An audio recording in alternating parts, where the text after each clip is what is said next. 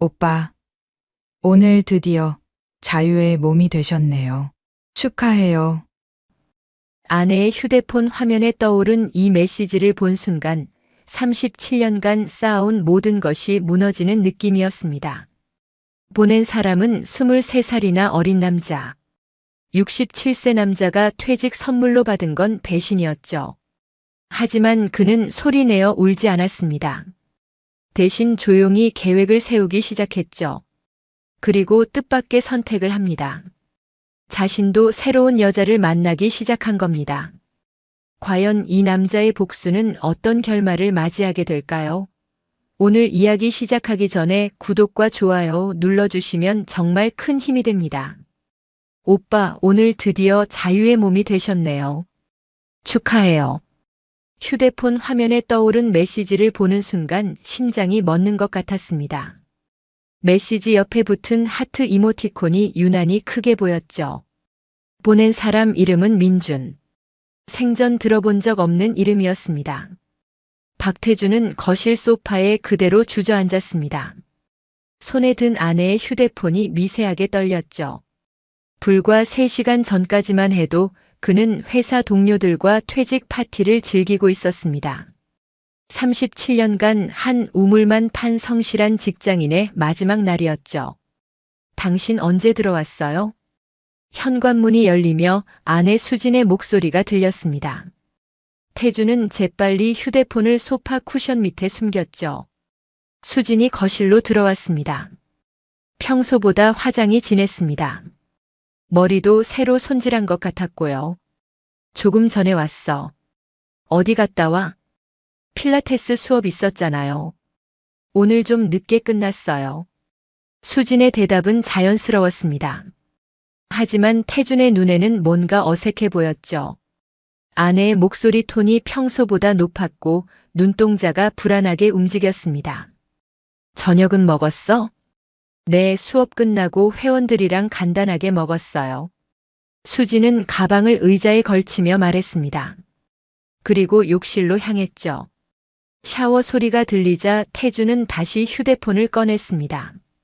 손가락이 떨렸지만 침착하게 메시지 목록을 위로 스크롤했습니다. 민준이라는 사람과 주고받은 메시지가 수백 개였죠. 가장 오래된 메시지의 날짜를 확인했습니다. 6개월 전이었습니다. 오빠, 오늘도 보고 싶어요. 수업 끝나고 커피 마실래요? 어제 선물 너무 마음에 들어요. 고마워요. 메시지를 읽으면서 태준의 얼굴이 굳어갔습니다. 특히 사진 파일들이 문제였죠. 수진이 낯선 남자와 함께 찍은 셀카들이었습니다. 레스토랑, 카페, 심지어 호텔 로비로 보이는 곳도 있었습니다. 남자는 젊어 보였습니다. 아무리 봐도 40대 초반을 넘지 않았죠. 단정한 외모에 운동으로 다져진 몸매가 옷 위로도 드러났습니다. 태주는 천천히 숨을 내쉬었습니다. 분노가 치밀어 올랐지만 참았죠. 37년간 직장 생활을 하면서 배운 게 있다면 감정을 억누르는 법이었습니다. 샤워 소리가 멈췄습니다. 태주는 재빨리 휴대폰을 원래 자리에 놓았죠. 수진이 욕실에서 나왔습니다. 하얀 가운을 입고 머리를 수건으로 감싼 모습이었습니다. 당신 괜찮아요? 얼굴이 안 좋아 보이는데. 수진이 걱정스러운 표정으로 물었습니다. 태주는 고개를 저었죠. 피곤해서 그래. 오늘 파티에서 술을 좀 마셨거든. 그럼 일찍 주무세요. 내일부터는 출근 안 해도 되니까 푹 쉬어야죠. 수진의 목소리는 다정했습니다. 하지만 태준의 귀에는 그 다정함마저 거짓으로 들렸죠. 그날 밤 태준은 잠을 이룰 수 없었습니다. 옆에서 편안하게 자고 있는 수진을 바라보며 생각했죠. 이 여자는 언제부터 나를 속여왔을까? 그리고 왜 그랬을까? 결혼한 지 42년이었습니다. 대학 졸업 직후 만나 25살에 결혼했죠. 아들 하나, 딸 하나를 낳아 키웠습니다. 평범하지만 나름 행복한 가정이라고 믿었습니다. 물론 완벽하지는 않았습니다. 태주는 일에 치여 가족과 보내는 시간이 적었죠. 주말에도 골프 약속이나 회식으로 집을 비우는 경우가 많았습니다. 하지만 그게 불륜을 정당화할 이유가 될 수는 없었습니다. 새벽 4시가 되어서야 태주는 결심을 굳혔습니다. 증거를 모으기로 한 겁니다. 감정적으로 대응하면 오히려 불리해질 수 있었죠. 냉정하게, 치밀하게 준비해야 했습니다. 다음 날 아침 수지는 평소처럼 아침 식사를 준비했습니다. 된장찌개와 구운 고등어, 그리고 여러 가지 반찬들이 식탁에 올랐죠. 오늘부터 매일 집에 계실 건데 뭐 하실 거예요? 수진이 밥을 퍼주며 물었습니다. 태주는 숟가락을 들며 대답했죠. 아직 생각 안 해봤어. 당분간은 쉬면서 생각해봐야지. 친구들이랑 여행 가는 것도 좋을 것 같은데요. 평생 일만 하셨으니까. 그래, 그것도 괜찮겠네. 대화는 평범했습니다. 하지만 태준의 머릿속은 복잡했죠. 수진의 일거수일투족을 관찰했습니다. 식사 후 설거지를 하는 모습, 화장대 앞에서 화장하는 모습, 옷을 고르는 모습까지. 오늘도 필라테스 가요? 태준이 신문을 보는 척하며 물었습니다. 수진이 고개를 끄덕였죠. 네, 오후 2시 수업이에요. 저녁 때쯤 돌아올게요. 수진이 외출 준비를 하는 동안 태주는 그녀의 옷차림을 유심히 봤습니다. 평소보다 신경 쓴 게 눈에 보였죠. 핑크색 운동복 상의에 레깅스를 입었는데 최근에 산 것 같았습니다. 향수도 뿌렸습니다. 다녀올게요. 수진이 현관문을 나서며 인사했습니다. 태주는 고개만 끄덕였죠. 문이 닫히는 소리를 듣고 바로 움직였습니다. 수진의 화장대로 갔습니다. 서랍을 하나씩 열어봤죠. 화장품, 액세서리, 그리고 작은 상자 하나가 눈에 들어왔습니다. 상자를 열자 편지 몇 통이 나왔습니다. 손으로 쓴 편지였죠. 민준이라는 서명이 보였습니다. 누나, 오늘 정말 아름다웠어요. 누나를 볼 때마다 제 심장이 뛰는 걸 느낍니다. 편지의 내용은 달콤했습니다. 하지만 태준의 눈에는 너무나 뻔한 멘트로 보였죠. 마치 여러 여자에게 복사해서 보낼 것 같은 문구들이었습니다. 태준은 편지를 다시 상자에 넣고 서랍을 닫았습니다. 그리고 수진의 옷장을 열었죠. 평소에 입지 않던 화려한 옷들이 걸려 있었습니다. 가격표가 아직 달린 것도 있었죠. 구석에서 쇼핑백을 발견했습니다. 명품 브랜드 로고가 찍혀 있었죠. 안을 확인해 보니 고급 란제리였습니다. 태주는 쓴웃음을 지었습니다. 거실로 돌아와 노트북을 켰습니다. 인터넷 뱅킹에 접속해서 수진의 신용카드 사용 내역을 확인했죠. 두 사람의 공동 계좌로 만든 카드였습니다. 내역을 보니 패턴이 보였습니다. 매주 화요일과 목요일 오후 강남 지역 레스토랑과 카페에서 결제가 되어 있었죠. 금액도 만만치 않았습니다. 한 번에 15만 원에서 30만 원씩 썼습니다. 특히 눈에 띄는 건 호텔 카페 결제 내역이었습니다. 한 달에 2~3번씩 같은 호텔이 찍혀 있었죠. 강남의 5성급 호텔이었습니다. 태주는 엑셀 파일을 만들어 정리하기 시작했습니다. 날짜, 장소, 금액을 꼼꼼하게 기록했죠. 6개월치 데이터를 정리하는데 2시간이 걸렸습니다. 오후 6시쯤 수진이 돌아왔습니다. 얼굴이 상기되어 있었죠. 태주는 거실 소파에서 텔레비전을 보고 있었습니다. 다녀왔어요. 오늘 운동 많이 해서 피곤하네요. 수진이 가방을 소파에 던지며 말했습니다. 태준이 물었죠. 저녁은 어떻게 할 거야? 냉장고에 반찬 있으니까 간단하게 먹어요. 샤워부터 하고 올게요. 수진이 욕실로 들어가자 태주는 그녀의 가방을 확인했습니다. 운동복 외에 다른 옷이 하나 더 들어있었죠. 원피스였습니다. 그리고 화장품 파우치도 있었습니다. 태주는 모든 걸 원래대로 돌려놓았습니다. 그리고 다시 소파에 앉아 텔레비전을 봤죠. 저녁 식사는 조용했습니다. 수진이 먼저 말을 꺼냈죠. 내일 동창 모임 있어서 나가야 할 것 같아요. 그래? 어디서 만나는데? 명동에서요. 오랜만에 보는 친구들이라 저녁까지 먹을 것 같아요. 알았어. 조심해서 다녀와. 태준의 대답은 담담했습니다. 하지만 속으로는 다르게 생각했죠. 내일 수진을 따라가 보기로 했습니다. 다음 날 오전 태준은 수진보다 먼저 외출했습니다. 동창 모임이 있다는 명동으로 먼저 가기 위해서였죠. 카페에 자리를 잡았습니다. 명동역 2번 출구가 훤히 보이는 창가 자리였죠. 오후 1시부터 기다리기 시작했습니다. 2시 30분쯤 수진이 나타났습니다. 하지만 혼자가 아니었죠. 젊은 남자가 함께 걸어오고 있었습니다. 휴대폰 사진에서 본 그 남자였습니다. 민준이었죠. 두 사람은 자연스럽게 팔짱을 끼고 걸었습니다. 수진의 표정이 밝았죠. 태준이 본 적 없는 표정이었습니다.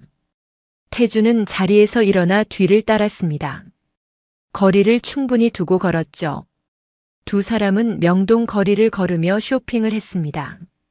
남성복 매장에 들어가더니 30분 후 나왔습니다. 민준이 새 셔츠를 입고 있었죠. 다음은 이탈리안 레스토랑이었습니다. 고급스러운 분위기의 식당이었죠. 태준은 맞은편 카페에 들어가 창가 자리에 앉았습니다. 휴대폰을 꺼내 줌을 당겨 사진을 찍었습니다. 두 사람이 마주 앉아 와인을 마시는 모습이었죠. 수진이 민준의 손을 잡았습니다. 민준도 자연스럽게 받아주었죠.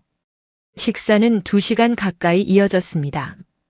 태준은 그 시간 동안 계속 지켜봤죠. 커피를 3잔이나 시켰습니다. 오후 5시 두 사람이 식당을 나왔습니다. 이번에는 택시를 탔죠. 태준도 재빨리 다른 택시를 잡았습니다. 저 택시 따라가 주세요. 기사님께 말했습니다. 기사님이 백미러로 태준을 쳐다봤죠. 혹시 불륜 조사 중이세요? 네, 그런 셈이죠. 힘내세요. 요즘 그런 일이 많더라고요. 택시는 강남 방향으로 향했습니다. 그리고 한 빌라 앞에서 멈췄죠. 앞서간 택시에서 수진과 민준이 내렸습니다. 태준은 조금 떨어진 곳에서 하차했습니다. 두 사람이 빌라 안으로 들어가는 걸 지켜봤죠. 2층으로 올라가는 게 보였습니다. 빌라 앞 편의점으로 갔습니다. 주인 아주머니께 물었죠. 저기 2층에 누가 사는지 아세요? 아, 거기요? 젊은 남자가 혼자 살아요. 한 2년 됐나? 무슨 일 하는 사람인가요? 운동 관련 일 하는 것 같던데요. 아침에 출근하고 저녁에 들어오더라고요. 태준은 고맙다고 인사하고 편의점을 나왔습니다. 근처 카페에 들어가 창가 자리에 앉았죠. 빌라 현관이 보이는 자리였습니다. 3시간을 기다렸습니다. 오후 8시가 넘어서야 수진이 나왔습니다. 혼자였죠. 민주는 현관까지 배웅을 나왔습니다. 포옹을 나누고 입맞춤까지 했죠. 태준은 그 장면도 사진으로 남겼습니다. 수진이 택시를 타고 떠난 후에도 한참을 그 자리에 앉아 있었습니다. 집에 돌아가니 수진이 먼저 와 있었습니다. 거실에서 텔레비전을 보고 있었죠. 언제 왔어? 태준이 평상시처럼 물었습니다. 수진이 대답했죠. 1시간 전에요. 당신은요? 친구 만나고 왔어. 그렇군요. 저녁은 드셨어요? 응, 밖에서 먹었어. 대화는 자연스러웠습니다. 하지만 태준의 가슴 속에는 분노가 끓고 있었죠. 그날 밤부터 태준은 본격적인 조사에 들어갔습니다. 인터넷으로 민준을 검색했죠. 필라테스 강사로 활동하고 있다는 사실을 확인했습니다. SNS 계정도 찾았습니다. 인스타그램에 운동 사진들이 가득했죠. 팔로워가 2만 명이 넘었습니다. 댓글도 많았는데 대부분 여성들이었습니다. 누나, 언제 개인 레슨 받을 수 있어요? 쌤, 너무 멋져요. 오늘도 운동 열심히 했어요. 민주는 댓글 하나하나에 정성스럽게 답글을 달았습니다. 하트 이모티콘을 많이 사용했죠. 태주는 민준의 계정을 팔로우했습니다. 가짜 계정을 만들어서였죠. 젊은 여성의 프로필 사진을 사용했습니다. 며칠간 관찰한 결과 패턴이 보였습니다. 민주는 매일 다른 여성들과 사진을 올렸죠. 대부분 40대 이상으로 보이는 중년 여성들이었습니다. 특히 눈에 띄는 건 고급 레스토랑이나 호텔 라운지에서 찍은 사진들이었습니다. 민준의 수입으로는 감당하기 어려운 장소들이었죠. 태주는 확신했습니다. 민준은 여러 여성들과 동시에 관계를 맺고 있었고 그들에게서 금전적 이득을 취하고 있었습니다. 증거를 수집하기 시작했습니다. 민준의 SNS 게시물을 캡처했죠. 특히 다른 여성들과 찍은 사진들을 모았습니다. 날짜별로 정리했습니다. 다음 주 화요일 수진이 또 외출했습니다. 필라테스 수업이 있다고 했죠. 태준도 따라 나섰습니다. 이번에는 수진을 따라가지 않고 민준의 필라테스 센터로 직접 갔습니다. 강남역 근처의 고급 빌딩 안에 있었죠. 센터 앞에서 기다렸습니다. 오후 4시쯤 민준이 나왔습니다. 혼자가 아니었죠. 40대로 보이는 여성과 함께였습니다. 두 사람은 자연스럽게 팔짱을 끼고 걸었습니다. 수진과 똑같은 모습이었죠.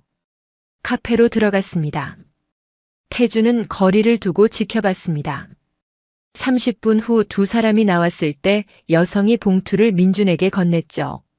민준이 받아서 가방에 넣었습니다. 다음 날도 같은 패턴이 반복됐습니다.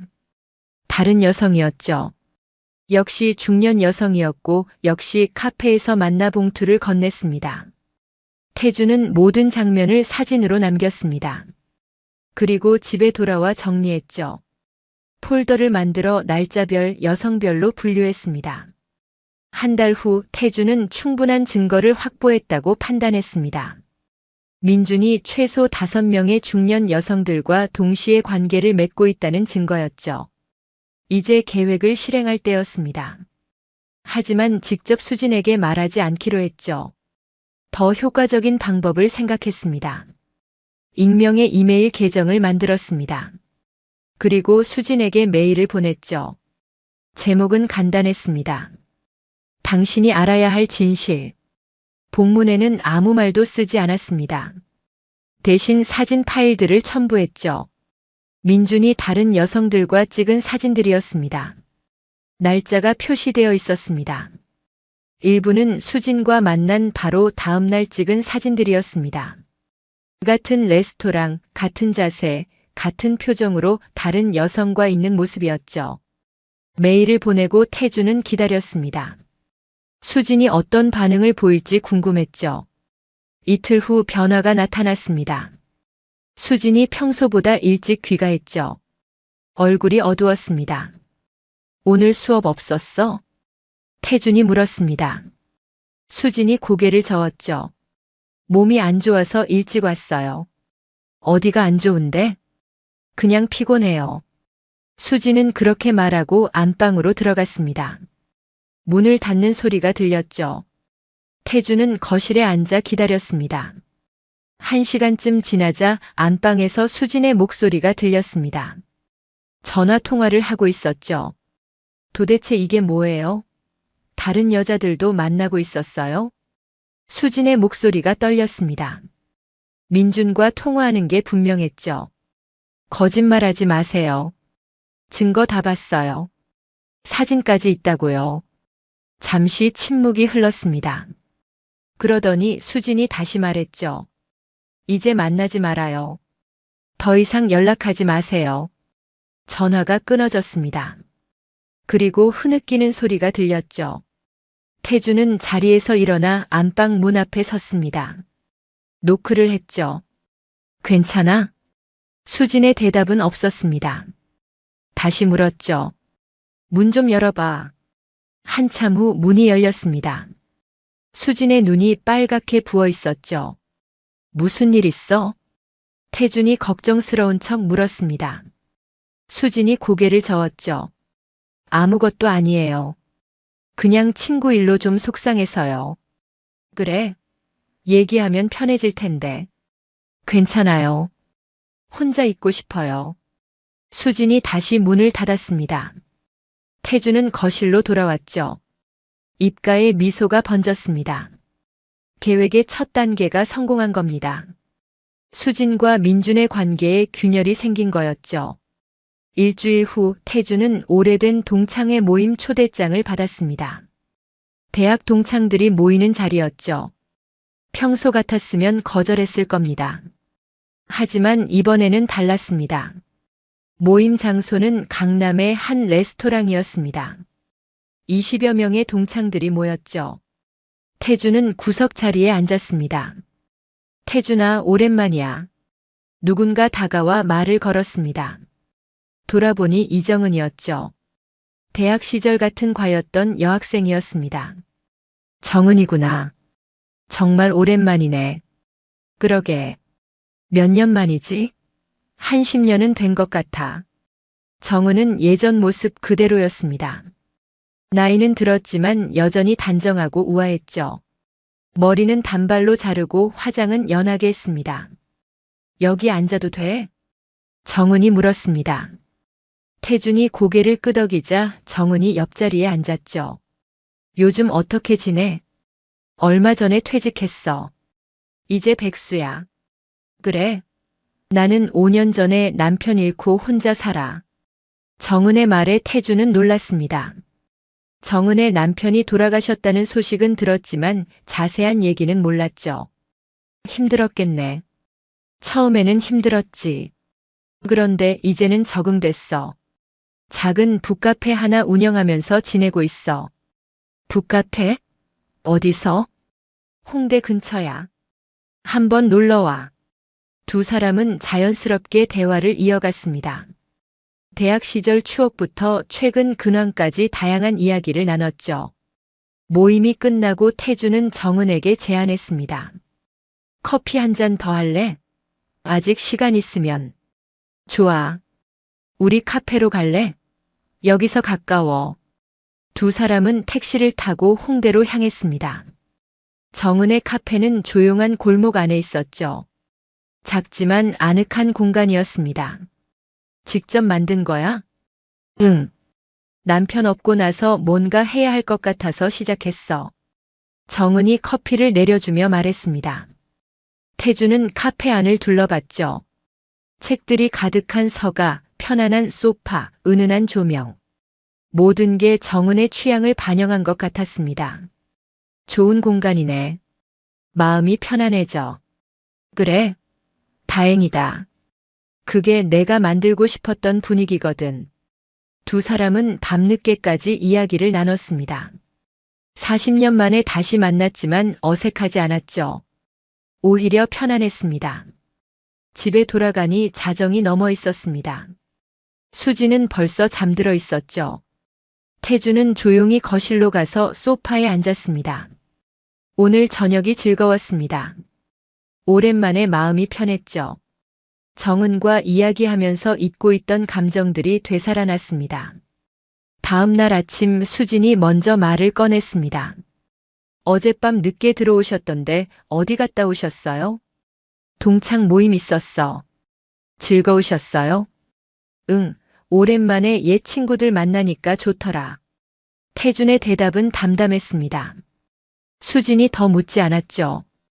일주일 후 정은에게서 문자가 왔습니다. 오늘 시간 되면 카페에 들를래요? 새로 들어온 원두 맛 좀 봐줬으면 해서요. 태주는 바로 답장했습니다. 좋아요. 오후에 갈게요. 카페에 도착하니 정은이 반갑게 맞아줬습니다. 새로 들여온 원두로 커피를 내려줬죠. 어때요? 향이 좋네요. 맛도 부드럽고. 그치? 나도 마음에 들어서 주문했어. 두 사람은 다시 이야기를 나눴습니다. 이번에는 더 개인적인 이야기들이었죠. 사실 요즘 고민이 있어. 정은이 조심스럽게 말했습니다. 태준이 물었죠. 무슨 고민인데? 카페를 확장할까 말까 고민 중이야. 옆 가게가 비었거든. 그럼 하는 게 좋지 않을까? 손님도 많은 것 같은데. 그게 혼자 하기에는 부담스러워서. 직원 뽑으면 되잖아. 그것도 그렇긴 한데. 태주는 정은에게 여러 조언을 해줬습니다. 회사에서 37년간 일한 경험이 도움이 됐죠. 그날 이후 태주는 자주 정은의 카페를 찾았습니다. 처음에는 일주일에 한 번, 그 다음에는 일주일에 두세 번으로 늘어났죠. 수지는 태준의 변화를 눈치챘습니다. 요즘 자주 외출하시네요. 친구들 만나고 다녀. 좋은 일이죠. 집에만 계시면 답답하실 텐데. 수진의 말에는 가시가 없었습니다. 오히려 안도하는 것 같았죠. 한 달쯤 지났을 때 정은이 제안했습니다. 다음 주 일요일에 경주 여행 갈 건데 같이 갈래요? 경주? 응. 단풍 구경하러. 혼자 가려고 했는데 같이 가면 더 좋을 것 같아서. 태주는 잠시 망설였습니다. 하지만 곧 대답했죠. 좋아요. 가죠. 집에 돌아와 수진에게 말했습니다. 다음 주 일요일에 경주 여행 가려고 해. 누구랑요? 대학 동창이랑. 그러세요. 좋은 시간 보내고 오세요. 수진의 반응은 무덤덤했습니다. 태주는 이상하다는 생각이 들었죠. 예전 같았으면 여러 가지 물어봤을 텐데. 일요일 아침 일찍 정은과 만났습니다. KTX를 타고 경주로 향했죠. 기차 안에서 두 사람은 창밖 풍경을 바라보며 이야기를 나눴습니다. 이렇게 여행 온 게 정말 오랜만이에요. 태준이 말했습니다. 정은이 웃으며 대답했죠. 나도 마찬가지야. 남편 없고 나서는 혼자 다니기가 싫더라고. 경주에 도착해 불국사를 구경했습니다. 단풍이 절정이었죠. 사람들이 많았지만 두 사람은 천천히 걸으며 대화를 나눴습니다. 여기 학창 시절에도 온 적 있지? 정은이 물었습니다.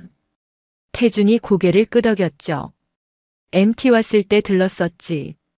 기억나? 당연히 기억하지. 그때 비가 와서 다 같이 우산 쓰고 다녔잖아. 그랬었네. 추억을 떠올리며 웃는 두 사람의 모습이 자연스러웠습니다. 점심은 한정식을 먹었습니다. 조용한 식당에서 마주 앉아 식사를 했죠. 태준 씨, 솔직히 물어봐도 돼요? 정은이 젓가락을 내려놓으며 말했습니다. 태준이 고개를 끄덕였죠. 부인과는 어떻게 지내요? 질문이 직접적이었습니다. 태준은 잠시 침묵했죠. 그리고 천천히 입을 열었습니다. 잘 지내지는 않아요. 사실 요즘 문제가 좀 있어요. 그렇구나.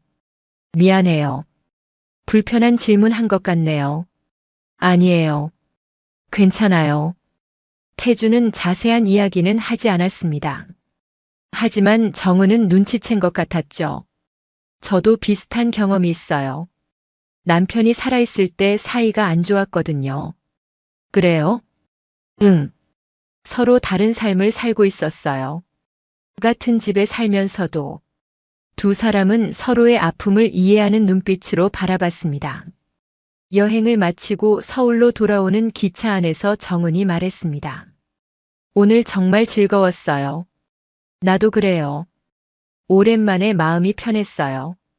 다음에 또 같이 여행 가요. 좋아요. 서울역에서 헤어지며 두 사람은 약속했습니다. 다음 주에 다시 만나기로. 집에 돌아오니 수진이 거실에 앉아 있었습니다. 텔레비전을 보고 있었죠. 다녀왔어요. 태준이 인사했습니다. 수진이 고개를 돌려봤죠. 여행 잘 다녀오셨어요? 응, 날씨도 좋고 경치도 좋았어. 그렇군요. 대화는 거기서 끝났습니다. 태준은 안방으로 들어가 짐을 풀었죠. 그날 밤 침대에 누워 생각했습니다. 정은과 함께한 시간이 즐거웠습니다. 오랜만에 느껴보는 감정이었죠. 하지만 동시에 복잡했습니다. 수진의 불륜을 추적하던 자신이 이제는 다른 여자와 가까워지고 있었으니까요. 이게 맞는 걸까? 태주는 자문했습니다. 하지만 답을 찾을 수 없었죠. 해시태그 태준과 정은의 관계는 자연스럽게 깊어졌죠. 일주일에 서너 번은 만났습니다. 카페에서 커피를 마시거나 영화를 보러 갔습니다. 어느 날 저녁 정은이 조심스럽게 말했습니다. 태준 씨, 우리 관계가 어떻게 되는 걸까요? 두 사람은 한강공원 벤치에 앉아 있었습니다. 해가 지고 있었죠. 솔직히 말하면 나도 잘 모르겠어요. 태준이 대답했습니다. 정은이 그의 손을 잡았죠. 나는 태준 씨와 함께 있는 게 좋아요. 편하고 행복해요. 나도 그래요. 정은 씨와 있으면 마음이 편해요. 그럼 됐어요. 복잡하게 생각하지 말아요. 정은의 말에 태준은 고개를 끄덕였습니다. 하지만 마음 한편은 여전히 무거웠죠. 집에 돌아오는 길에 태준은 생각했습니다. 수진과의 관계를 어떻게 정리해야 할까? 이대로 계속 갈 수는 없었습니다. 집에 도착하니 수진이 안방에 있었습니다. 문틈으로 전화 통화하는 소리가 들렸죠. 미안해요. 제가 너무 심하게 말했어요. 수진의 목소리였습니다. 민준과 통화하는 게 분명했죠. 다시 한 번만 기회를 줘요. 이번에는 진짜 달라질 거예요. 태주는 문 앞에 서서 듣고 있었습니다. 수진과 민준의 관계가 다시 시작된 것 같았죠. 좋아요. 내일 만나요. 약속한 곳에서요. 전화가 끊어졌습니다. 태주는 조용히 거실로 돌아왔죠. 다음 날 아침 수진이 평소보다 일찍 외출 준비를 했습니다. 화장을 진하게 하고 새 옷을 입었죠. 오늘 어디 가요? 태준이 물었습니다. 수진이 대답했죠. 친구 만나기로 했어요. 점심 먹고 올게요. 조심해서 다녀와요. 수진이 나간 후 태준은 노트북을 켰습니다. 민준의 SNS를 확인했죠. 새로운 게시물이 올라와 있었습니다. 오늘도 좋은 하루. 특별한 사람과 특별한 시간을. 사진에는 레스토랑 테이블이 찍혀 있었습니다. 두 개의 와인잔이 보였죠. 태준은 바로 움직였습니다. 게시물에 태그된 위치를 확인했죠. 청담동의 고급 레스토랑이었습니다. 택시를 타고 그곳으로 갔습니다. 레스토랑 맞은편 카페에 자리를 잡았죠. 창가에서 레스토랑 내부가 보였습니다. 30분쯤 지나자 수진과 민준이 들어왔습니다. 구석 테이블에 앉았죠. 두 사람은 다정하게 대화를 나눴습니다. 태주는 휴대폰을 꺼내 사진을 찍었습니다. 여러 장을 찍었죠. 두 사람이 손을 잡는 장면, 와인을 마시는 장면, 웃는 장면까지. 하지만 이번에는 그냥 보내지 않았습니다. 더 큰 계획이 있었죠. 집에 돌아와 컴퓨터를 켰습니다. 그동안 모아둔 민준의 사진들을 정리했죠. 5명의 여성들과 찍은 사진들이었습니다. 각 사진의 날짜와 장소를 표시했습니다. 그리고 하나의 파일로 만들었죠. 제목을 붙였습니다. 민준의 진실. 이번에는 수진에게만 보내지 않았습니다. 민준과 관계를 맺고 있던 다른 여성들에게도 보냈죠. 그들의 이메일 주소는 민준의 SNS를 통해 알아낸 것이었습니다. 5명 모두에게 같은 내용을 보냈습니다. 민준이 여러 여성들과 동시에 만나고 있다는 증거였죠. 이틀 후 변화가 시작됐습니다. 민준의 SNS에 댓글들이 달리기 시작했죠. 거짓말쟁이, 사기꾼, 다시는 연락하지 마세요. 민준은 당황한 듯 모든 게시물을 삭제했습니다. 그리고 계정을 비공개로 전환했죠. 수진도 영향을 받았습니다. 평소보다 일찍 귀가했죠. 얼굴이 창백했습니다. 괜찮아요? 태준이 물었습니다. 수진이 고개를 저었죠. 머리가 아파서요. 약 먹고 쉴게요. 그날 밤 수진은 안방에서 나오지 않았습니다. 태준은 거실에서 텔레비전을 봤죠. 다음 날 아침 수진이 먼저 말을 꺼냈습니다. 당신 시간 있으면 얘기 좀 할 수 있을까요? 태준이 놀란 척 물었죠. 무슨 얘기인데? 그냥 우리 얘기요. 요즘 생각이 많아서요. 좋아요. 저녁 먹고 얘기해요. 수진이 고개를 끄덕였습니다. 표정이 무거워 보였죠. 태주는 그날 오후 정은을 만났습니다. 카페에서 커피를 마시며 얘기했죠. 오늘 밤에 부인과 중요한 얘기를 할 것 같아요. 태준이 말했습니다. 정은이 조심스럽게 물었죠. 어떤 얘기요? 아마 우리 관계에 대한 얘기일 거예요. 긴장되겠어요.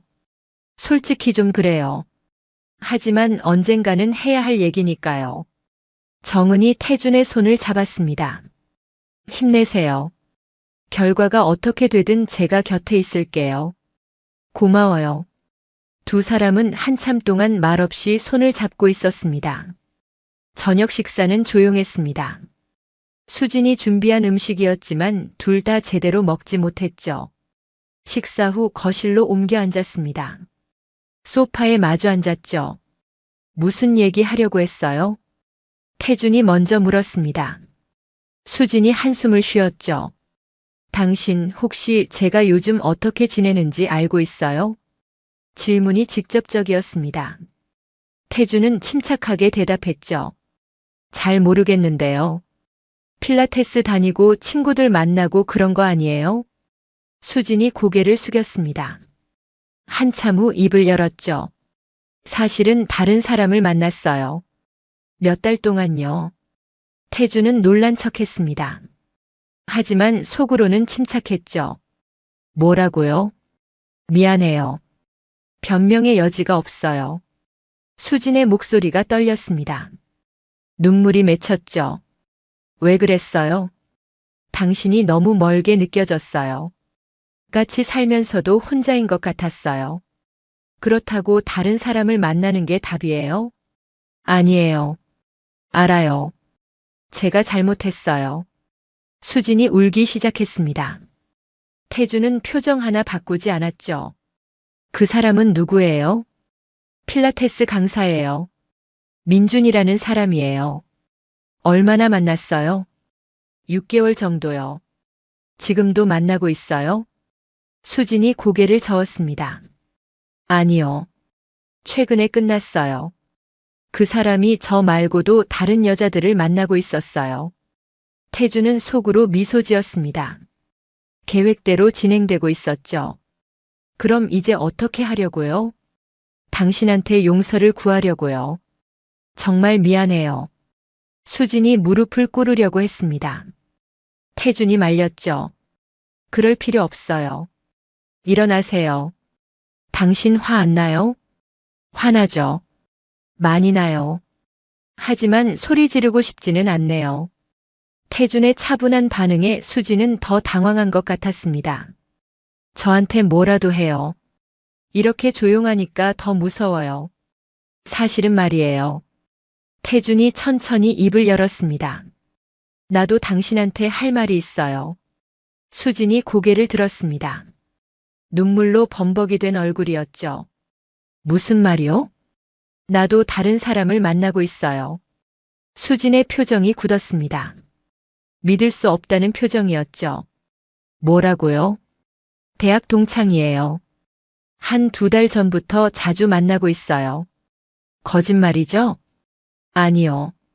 진짜예요. 당신이 민준을 만날 때 나도 정은을 만났어요. 수지는 말을 잇지 못했습니다. 충격을 받은 것 같았죠.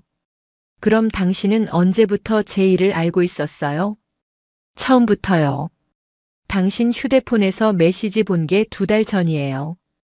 그럼 그동안 알면서도 아무 말 안 하신 거예요? 그렇죠. 지켜보고 있었어요. 수진의 얼굴이 창백해졌습니다. 왜요? 왜 말 안 하셨어요? 말해봤자 달라질 게 없을 것 같았어요. 그리고 궁금했어요. 당신이 어디까지 갈지. 당신 정말 무섭네요. 무섭긴요. 당신이 더 무서운 사람이에요. 두 사람은 한참 동안 서로를 바라봤습니다. 말이 없었죠.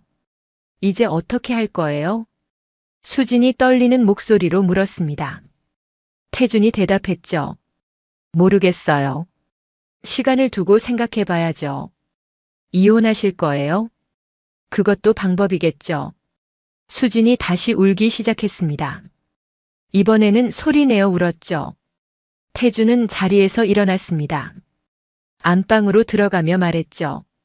오늘은 각자 생각할 시간을 가져요. 내일 다시 얘기해요. 문을 닫았습니다. 거실에서 수진의 흐느끼는 소리가 들렸죠. 태준은 침대에 누워 천장을 바라봤습니다. 복잡한 기분이었죠. 계획대로 진행되고 있었지만 마음이 편하지는 않았습니다. 휴대폰을 꺼내 정은에게 문자를 보냈습니다. 오늘 부인과 얘기했어요. 서로의 관계를 털어놨어요. 곧 답장이 왔습니다. 힘들었겠어요. 푹 쉬세요. 내일 통화해요. 고마워요. 태준은 휴대폰을 내려놓고 눈을 감았습니다. 내일부터 또 다른 국면이 시작될 거라는 걸 알고 있었죠.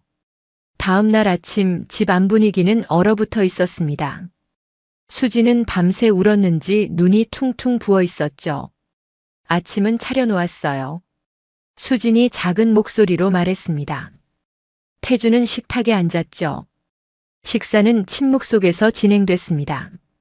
숟가락 부딪히는 소리만 들렸죠. 어젯밤 한숨도 못 잤어요. 수진이 먼저 입을 열었습니다. 태준은 반응하지 않았죠. 당신 말이 맞아요. 제가 잘못했어요. 용서해 주세요. 용서의 문제가 아니에요. 태준이 차갑게 말했습니다. 그럼 뭔데요? 신뢰의 문제죠. 한번 깨진 신뢰는 다시 회복하기 어려워요. 노력할게요. 시간이 걸려도 다시 믿어줄 수 있게 할게요. 수진의 목소리에 간절함이 묻어났습니다. 하지만 태준은 흔들리지 않았죠. 당신도 다른 사람 만나고 있잖아요. 그 사람은 어떻게 할 거예요? 질문이 날카로웠습니다. 태준이 대답했죠. 아직 모르겠어요. 생각해 봐야죠. 저는 당신 때문에 민준을 포기했어요. 당신도 그 사람을 포기해야 공평하지 않아요? 공평? 지금 공평을 따지고 있어요? 태준의 목소리가 높아졌습니다. 처음으로 감정이 드러났죠. 당신이 먼저 시작한 일이에요. 내가 정은을 만난 건 그 이후예요. 알아요. 제가 먼저 잘못한 거 알아요. 그럼 이제 와서 공평을 따지지 마세요. 식사를 마치고 태준은 외출했습니다. 정은의 카페로 갔죠. 얼굴이 안 좋아 보여요. 정은이 걱정스럽게 말했습니다. 태준은 쓴웃음을 지었죠. 어젯밤에 부인과 큰 얘기를 했어요. 어떻게 됐어요? 서로 다 털어놨어요. 부인도 자기 잘못을 인정했고요. 그럼 이제 어떻게 하실 거예요? 태준은 대답하지 않았습니다. 커피만 마셨죠. 솔직히 말할게요. 정은이 태준의 손을 잡으며 말했습니다. 저는 태준 씨가 좋아요. 하지만 제가 태준 씨 부부 사이를 갈라놓고 싶지는 않아요. 무슨 말이에요? 태준 씨가 저를 만난 건 부인한테 복수하기 위해서였잖아요. 태준은 할 말이 없었습니다. 정은의 말이 맞았죠. 처음에는 그랬어요.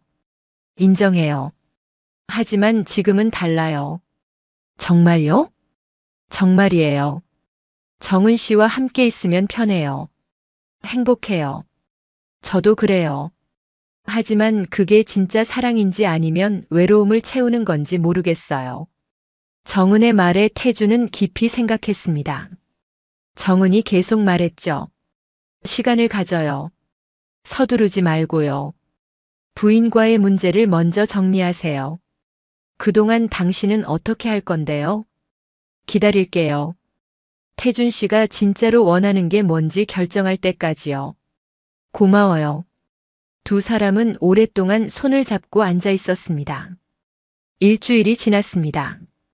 그동안 태준과 수지는 같은 집에 살면서도 거의 대화하지 않았죠. 성인이 된 자녀들에게 연락이 왔습니다. 아들 재훈이 전화했죠. 아버지, 이번 주말에 가족 모임 하면 어때요? 누나도 오고요. 갑자기 왜? 그냥 오랜만에 다 같이 모였으면 해서요. 태주는 잠시 망설였습니다. 하지만 곧 대답했죠. 그래, 좋아. 집으로 와. 주말이 됐습니다. 재훈과 딸 미진이 집에 왔죠. 두 사람 다 40세가 다 된 성인이었지만 부모 앞에서는 여전히 아이 같았습니다. 어머니, 안색이 안 좋으신데 어디 아프세요? 미진이 걱정스럽게 물었습니다. 수진이 고개를 저었죠. 괜찮아. 요즘 잠을 잘 못 자서 그래. 재훈이 아버지를 쳐다봤습니다. 아버지도 얼굴이 어두우신데 무슨 일 있으세요? 태주는 대답하지 않았습니다. 대신 식탁에 앉으며 말했죠. 식사부터 하자. 저녁 식사는 어색했습니다. 네 사람 모두 무언가 말하고 싶지만 참고 있는 것 같았죠. 식사 후 거실로 모였습니다. 재훈이 먼저 입을 열었죠. 부모님, 솔직히 말씀해 주세요. 무슨 문제 있으시죠? 태준과 수진이 서로를 바라봤습니다. 누가 먼저 말할지 눈빛으로 대화했죠. 재훈아, 미진아. 태준이 무거운 입을 열었습니다. 사실 부모님 사이에 문제가 좀 있어. 무슨 문제요? 미진이 불안한 표정으로 물었습니다. 어머니가 다른 사람을 만났었어. 순간 거실이 조용해졌습니다. 재훈과 미진의 얼굴이 굳었죠. 뭐라고요? 재훈이 믿을 수 없다는 표정으로 물었습니다. 몇 달 동안 다른 남자를 만났어. 어머니 진짜예요? 미진이 어머니를 쳐다봤습니다. 수지는 고개를 숙였죠. 미안해. 엄마가 잘못했어. 어떻게 그런 일이? 재훈의 목소리가 떨렸습니다. 분노와 실망이 섞여 있었죠. 하지만 이야기는 거기서 끝나지 않았습니다. 태준이 계속 말했죠.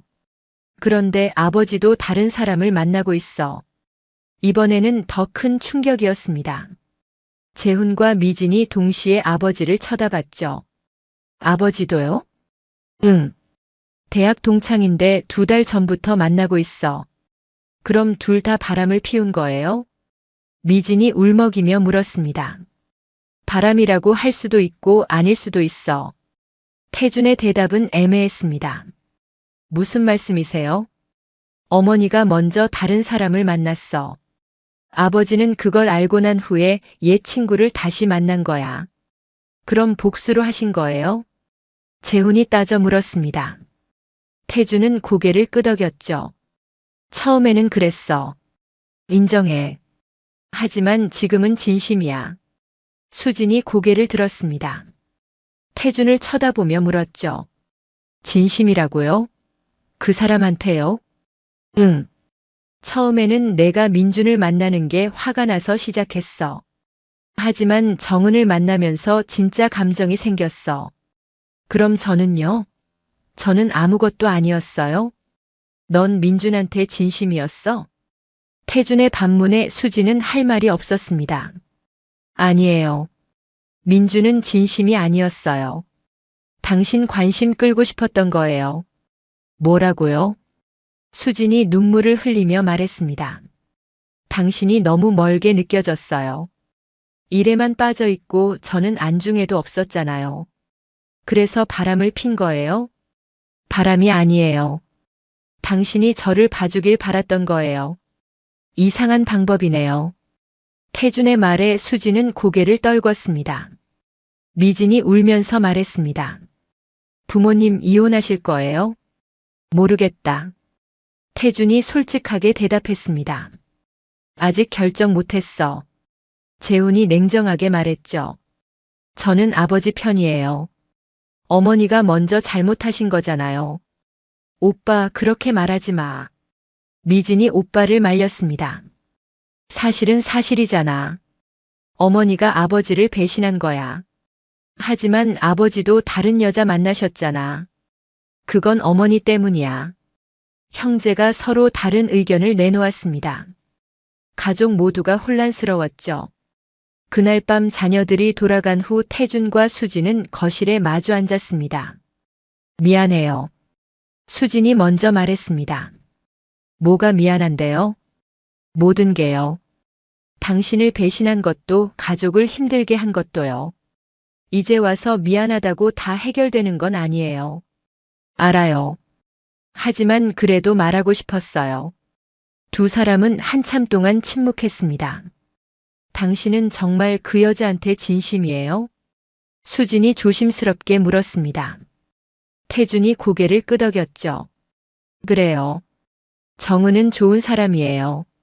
나를 이해해주고 편하게 해줘요. 저보다 더요? 비교할 수 없어요. 당신과는 42년을 살았고 정은과는 이제 시작 단계니까요. 그럼 이제 어떻게 할 거예요? 태주는 깊게 숨을 쉬었습니다. 이혼하는 게 맞을 것 같아요. 수진의 얼굴이 하얗게 변했습니다. 정말로요? 네. 우리 이제 각자 다른 삶을 살아야 할 것 같아요. 제가 잘못했어요. 다시는 안 그럴게요. 약속은 이미 깨졌어요. 다시 믿을 수가 없어요. 수진이 무릎을 꿇으려 했습니다. 태준이 막았죠. 그러지 마세요. 품위 있게 정리해요. 당신 정말 무정한 사람이에요. 무정한 게 아니에요. 현실적인 거예요. 그날 밤 두 사람은 각자의 방에서 잠들었습니다. 42년 결혼 생활이 끝나가고 있었죠. 태준과 수진은 이혼 절차를 밟기 시작했습니다. 변호사를 통해 협의 이혼을 진행하기로 했죠. 재산 분할은 5대5로 하기로 했습니다. 집은 수진이 갖고 태준은 예금과 주식을 가져가기로 했죠. 자녀들과의 관계는 미묘했습니다. 재훈은 여전히 어머니에게 차가웠고 미지는 중립을 지키려 애썼죠. 어느 토요일 오후 네 식구가 다시 모였습니다. 마지막 가족 식사였죠. 식당은 태준이 예약한 한식당이었습니다. 조용하고 분위기 좋은 곳이었죠. 부모님 정말 이혼하시는 거예요? 미진이 마지막으로 물었습니다. 태준이 고개를 끄덕였죠. 그래. 다음 주에 서류 제출할 거야. 아버지 정말 후회 안 하실 거예요? 재훈이 물었습니다. 후회는 이미 했어. 어머니를 제대로 돌보지 못한 것 말이야. 태준의 대답에 수진이 눈물을 흘렸습니다. 제가 잘못했어요. 다 제 탓이에요. 둘 다 잘못이 있어. 미진이 말했습니다. 어머니도 잘못하셨고 아버지도 더 관심을 가졌어야 했어요. 맞는 말이야. 태준이 인정했습니다. 하지만 이제 와서 과거를 바꿀 수는 없어. 앞으로 각자 잘 살아가는 게 중요해. 아버지는 그 여자랑 결혼하실 거예요? 재훈의 질문에 태준은 잠시 망설였습니다. 아직 모르겠어. 정은도 시간이 필요하대. 어머니는요? 나는 혼자 살 거야. 당분간은. 수진의 목소리는 힘이 없었습니다. 식사가 끝나고 주차장에서 헤어질 때 미진이 부모님을 껴안았습니다. 둘 다 건강하세요. 자주 연락할게요. 재훈도 어색하게 어머니를 껴안았습니다. 어머니도 잘 지내세요.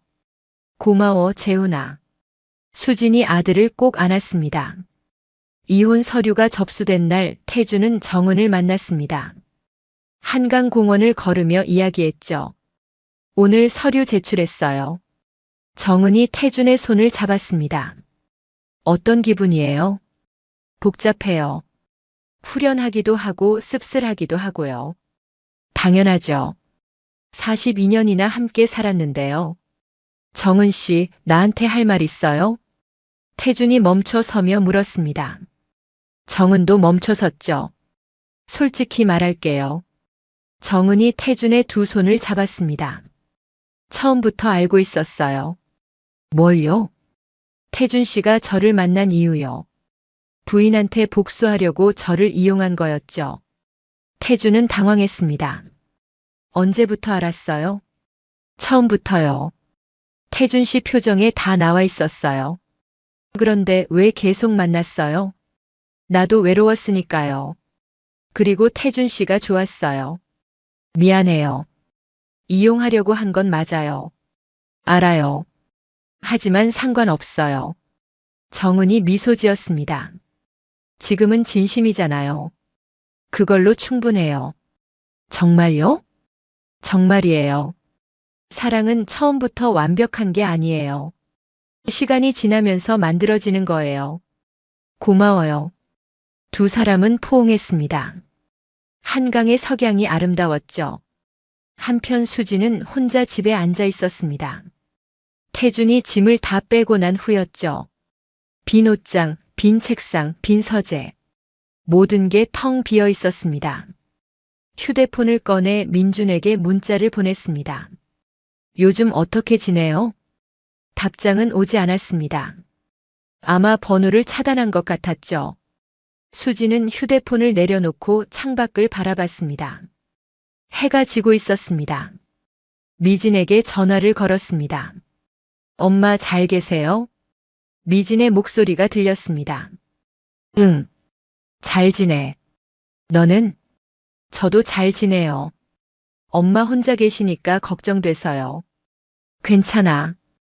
엄마 이제 익숙해졌어. 정말요? 외롭지 않으세요? 가끔 외롭지. 하지만 이게 내가 선택한 결과니까 받아들여야지. 엄마 후회하세요? 후회? 당연히 하지. 하지만 소용없어. 이미 끝난 일이니까. 다음 주에 갈게요. 같이 밥 먹어요. 그래, 그러자. 전화를 끊고 수지는 한숨을 쉬었습니다. 같은 시각 태주는 새로 구한 오피스텔에서 짐을 정리하고 있었습니다. 크지 않지만 깔끔한 공간이었죠. 정은이 도와주러 왔습니다. 함께 책을 정리하고 옷을 걸었죠. 여기 괜찮네요. 혼자 살기 딱 좋은 크기예요. 그렇죠? 마음에 들어요. 앞으로 여기서 새로운 시작이네요. 그래요. 67년 인생에서 처음으로 혼자 사는 거예요. 외롭지 않을까요? 정은 씨가 자주 와주면 괜찮을 것 같은데요. 당연히 자주 올 거예요. 두 사람은 웃으며 작업을 계속했습니다. 밤이 되어 짐 정리가 끝났습니다. 두 사람은 바닥에 앉아 맥주를 마셨죠. 건배. 새로운 시작을 위해. 정은이 캔을 들었습니다. 태준도 캔을 부딪혔죠. 새로운 시작을 위해. 맥주를 마시며 태준은 생각했습니다. 이게 정말 옳은 선택이었을까? 수진을 떠나 정은과 함께하는 것이 과연 행복을 가져다 줄까? 하지만 돌아갈 수는 없었습니다. 이미 다리를 건넜죠. 태준 씨 무슨 생각해요? 정은이 물었습니다. 태준이 웃으며 대답했죠. 아무 생각도 안 해요. 그냥 지금 이 순간이 좋아요. 저도요. 두 사람은 손을 맞잡았습니다. 그날 밤 정은이 돌아간 후 태준은 혼자 남았습니다. 처음으로 혼자 있는 밤이었죠. 침대에 누워 천장을 바라봤습니다. 42년간 수진과 함께 잔 침대와는 달랐습니다. 휴대폰을 꺼내 사진첩을 봤습니다. 가족 사진들이 나왔죠. 젊었을 때의 수진, 어렸을 때의 아이들, 함께 여행 갔던 사진들. 모든 게 추억이 되어버렸습니다. 태주는 사진첩을 닫았습니다. 그리고 눈을 감았죠. 새로운 삶이 시작됐지만 여전히 과거가 그를 붙잡고 있었습니다. 이혼 후 석 달이 지났습니다. 태주는 새로운 일상에 적응해 가고 있었죠. 매일 아침 정은의 카페에 가서 커피를 마셨습니다. 정은과의 관계도 깊어졌습니다. 일주일에 서너 번은 만났죠. 함께 영화를 보고 식사를 하고 산책을 했습니다. 하지만 뭔가 부족한 느낌이었습니다. 태준 자신도 정확히 설명할 수 없는 공허함이 있었죠. 어느 날 오후 미진에게서 전화가 왔습니다. 아버지, 어머니 만나보셨어요? 아니, 왜? 어머니가 많이 힘들어 하시는 것 같아요. 병원에 다니신대요. 무슨 병원? 정신과요. 우울증 때문에요. 태주는 가슴이 철렁했습니다. 심각해? 약 드시고 계신데요.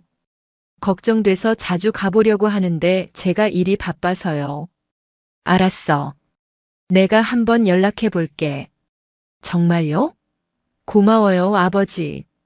전화를 끊고 태주는 한참 고민했습니다. 수진에게 연락해야 할까?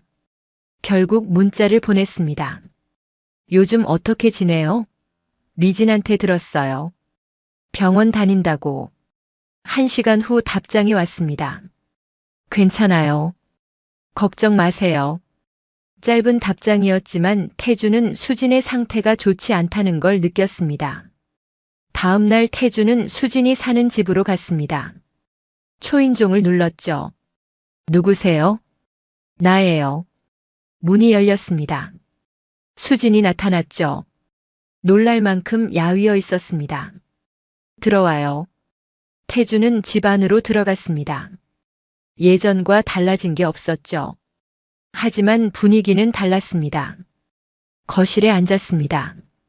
수진이 차를 끓여왔죠. 많이 야윈 것 같은데 괜찮아요? 괜찮아요. 요즘 입맛이 없어서요.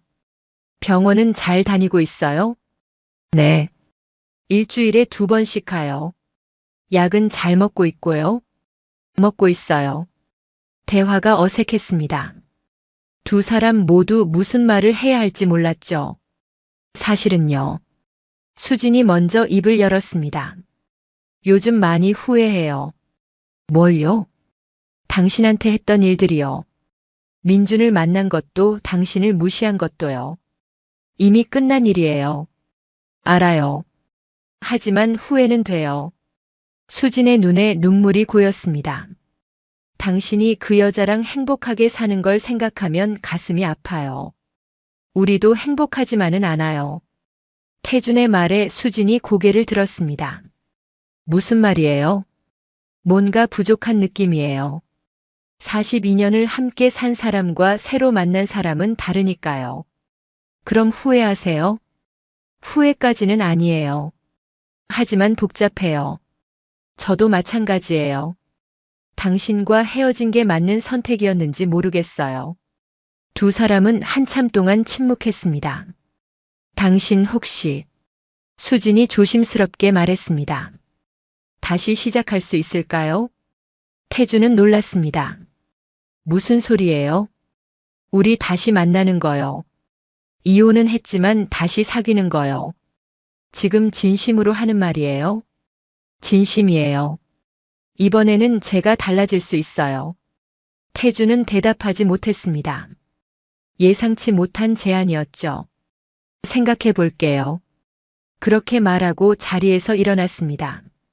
집으로 돌아가는 길에 태주는 혼란스러웠습니다. 수진의 제안이 계속 머릿속을 맴돌았죠.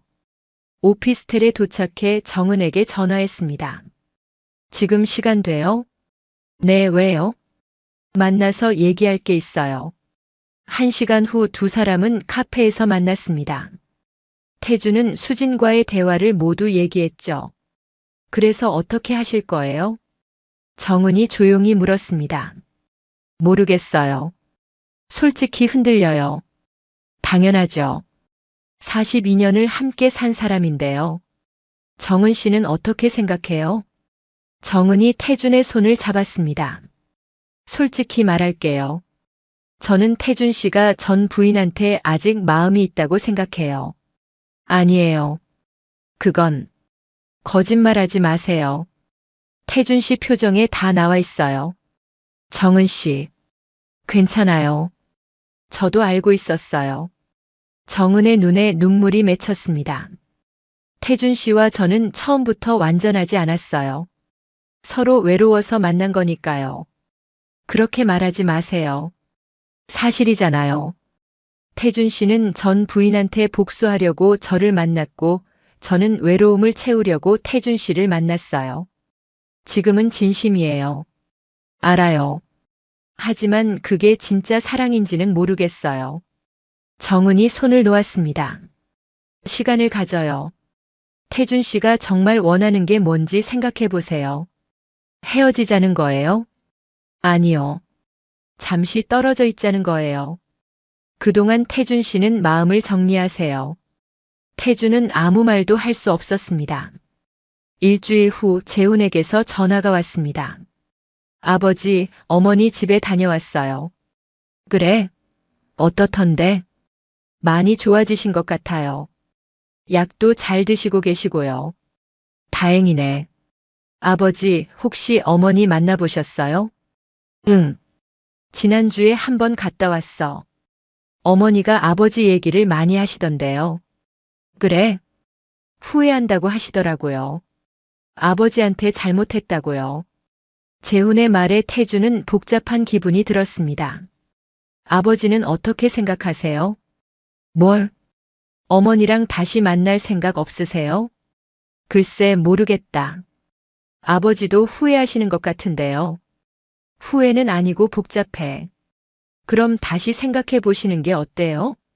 어머니도 많이 변하셨어요. 그렇게 쉬운 문제가 아니야. 알아요. 하지만 생각은 해보세요. 전화를 끊고 태주는 창밖을 바라봤습니다. 정은과는 일주일째 연락하지 않고 있었습니다. 서로 시간이 필요했죠. 그 시간 동안 태주는 많은 생각을 했습니다. 수진과의 42년, 정은과의 몇 달. 무엇이 진짜였을까? 어떤 선택이 옳았을까? 답은 쉽게 나오지 않았습니다. 한 달이 더 지났습니다. 태주는 여전히 결정을 내리지 못하고 있었죠.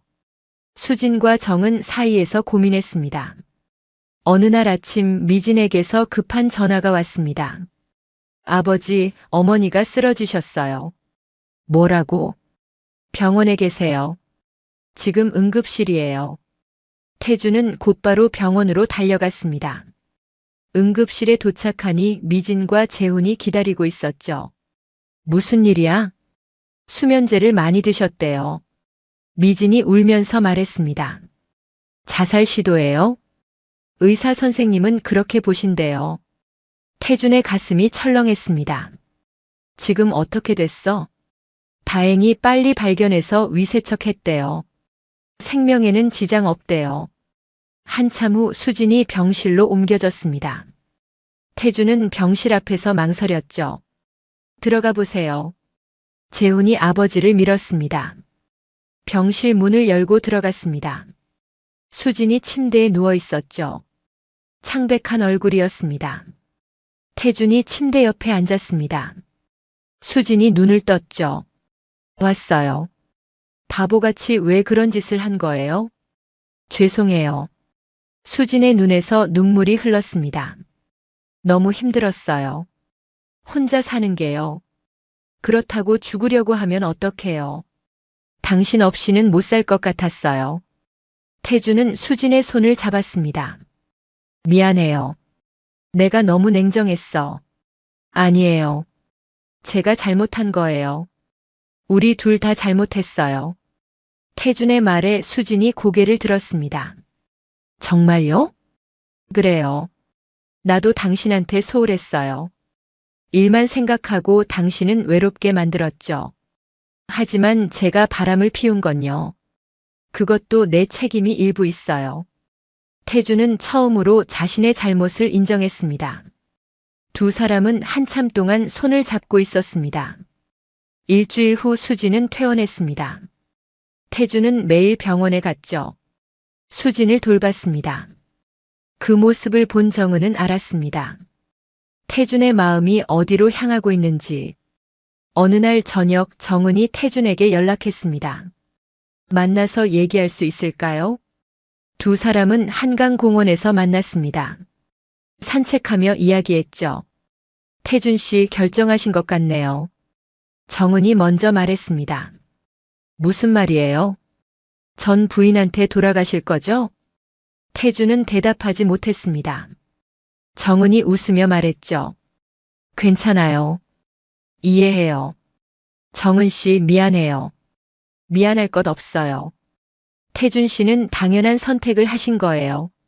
하지만 정은 씨한테는 저도 알고 있었어요. 처음부터요. 정은이 태준의 손을 잡았습니다.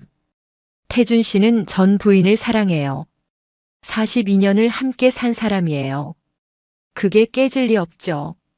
나는 정은 씨도 좋아해요. 알아요. 하지만 그건 사랑은 아니에요. 의지하고 싶은 마음이죠. 태주는 할 말이 없었습니다.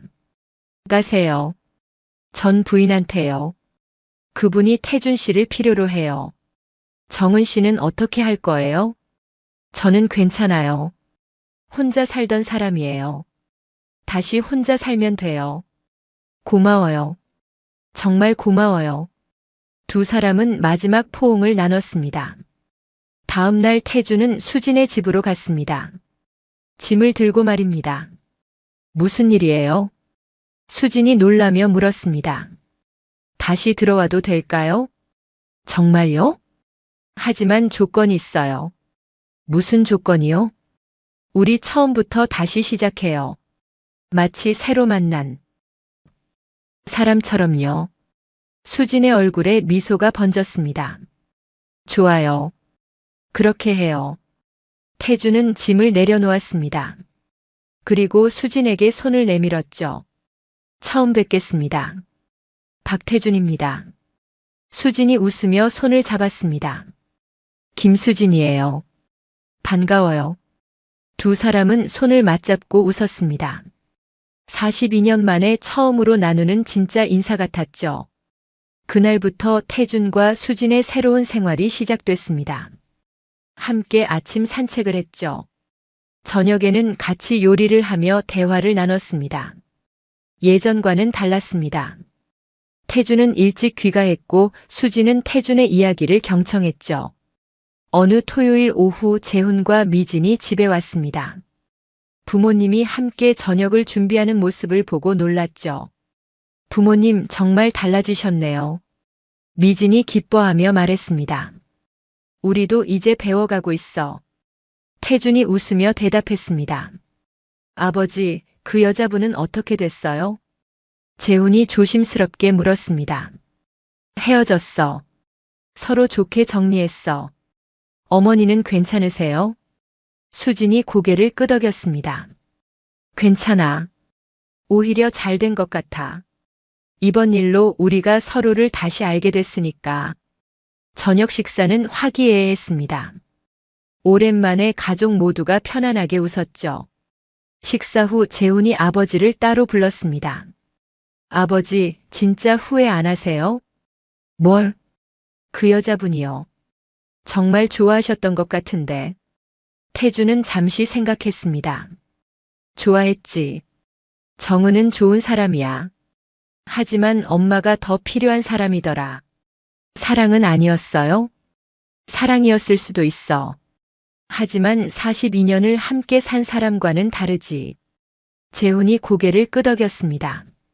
잘하셨어요, 아버지. 고마워.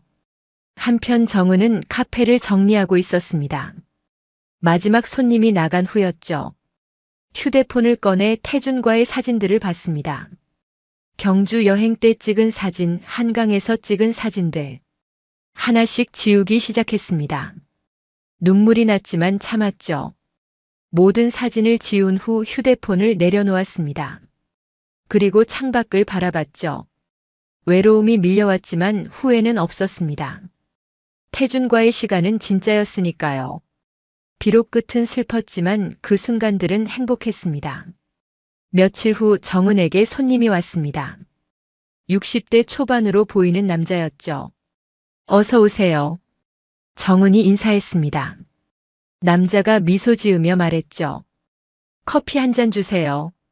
아메리카노로요. 남자는 창가 자리에 앉아 책을 읽었습니다. 가끔 정은을 쳐다봤죠. 1시간쯤 지나서 남자가 계산하러 왔습니다. 맛있었어요. 자주 올게요. 고맙습니다. 정은이 인사했습니다. 남자가 명함을 내밀었죠. 혹시 시간 되시면 연락 주세요. 책 이야기 나누고 싶어서요. 정은은 명함을 받았습니다. 이름을 확인했죠. 강민호. 대학 교수. 생각해 볼게요. 남자가 나간 후 정은은 명함을 바라봤습니다. 미소가 번졌죠. 새로운 시작일 수도 있었습니다. 6개월이 지났습니다. 태준과 수진은 완전히 새로운 부부가 되어 있었죠. 매주 토요일은 함께 시장을 갔습니다. 손을 잡고 걸으며 장을 봤죠. 어느 날 시장에서 태준이 말했습니다. 당신 예전보다 훨씬 예뻐졌어. 무슨 소리예요? 늙었는데요. 아니야. 진짜야. 표정이 밝아졌어. 수진이 웃으며 태준의 팔을 잡았습니다. 당신도 많이 달라졌어요. 예전에는 이렇게 말 많이 안 했잖아요. 이제는 달라져야지. 지난 42년은 내가 너무 무관심했어. 그건 저도 마찬가지예요. 저도 당신한테 관심이 없었어요. 그래도 이제는 달라졌으니까 됐어. 두 사람은 손을 꼭 잡고 시장을 걸었습니다. 집에 돌아와 함께 요리를 했습니다. 태준이 야채를 썰고 수진이 고기를 양념했죠. 당신 칼질 많이 늘었네요. 그렇죠? 요즘 요리책 보면서 연습하고 있어요. 저도 요리 배워볼까요? 좋죠. 같이 해요. 저녁을 먹으며 태준이 물었습니다. 정은 씨 생각 안 나요? 솔직히 말하면 가끔 나요. 당신은요? 나도 가끔 생각해요. 좋은 사람이었으니까. 미안해요. 제가 그런 상황을 만들어서요. 아니에요. 오히려 잘 됐어요. 태준의 대답에 수진이 놀란 표정으로 물었죠. 왜요? 그 일이 없었으면 우리가 이렇게 달라지지 못했을 거예요. 그건 그래요. 우리 둘 다 외로웠던 거예요. 같이 살면서도요. 맞아요. 이제는 안 외로워요. 나도요. 두 사람은 웃으며 식사를 계속했습니다. 그날 밤 침대에 누워 태준은 생각했습니다. 67년을 살면서 이제야 진짜 자유를 찾은 것 같았습니다. 누군가를 원망하지도 않고 누군가에게 복수하지도 않는 자유. 수진도 비슷한 생각을 하고 있었습니다. 민준에 대한 미련도 없었고 태준에 대한 원망도 사라졌죠. 그저 지금 이 순간이 소중했습니다. 당신. 수진이 태준의 손을 잡으며 말했습니다. 응. 사랑해요. 나도 사랑해. 두 사람은 손을 맞잡고 잠들었습니다. 일주일 후 네 가족이 모여 외식을 했습니다. 재훈 가족과 미진 가족까지 함께였죠. 손주들이 할아버지 할머니 사이에 앉아 떠들었습니다. 할아버지, 할머니 왜 이렇게 사이 좋아요? 재훈의 아들이 물었습니다. 태준이 웃으며 대답했죠. 할아버지가 할머니를 많이 사랑하거든. 할머니도 할아버지 사랑해요? 당연하지. 할머니가 할아버지 제일 사랑해. 수진이 손주의 머리를 쓰다듬으며 말했습니다. 미진이 부모님을 바라보며 조용히 말했습니다. 정말 다행이에요. 부모님이 다시 잘 지내셔서요. 우리도 고마워. 태준이 대답했습니다. 이제는 정말 행복해요. 저희도요, 아버지. 식사가 끝나고 헤어질 때 재훈이 아버지를 끌어안았습니다. 사랑해요, 아버지. 나도 사랑한다. 수진도 아이들을 안았습니다. 엄마 사랑해요. 나도 사랑해. 가족 모두가 포옹을 나눴습니다.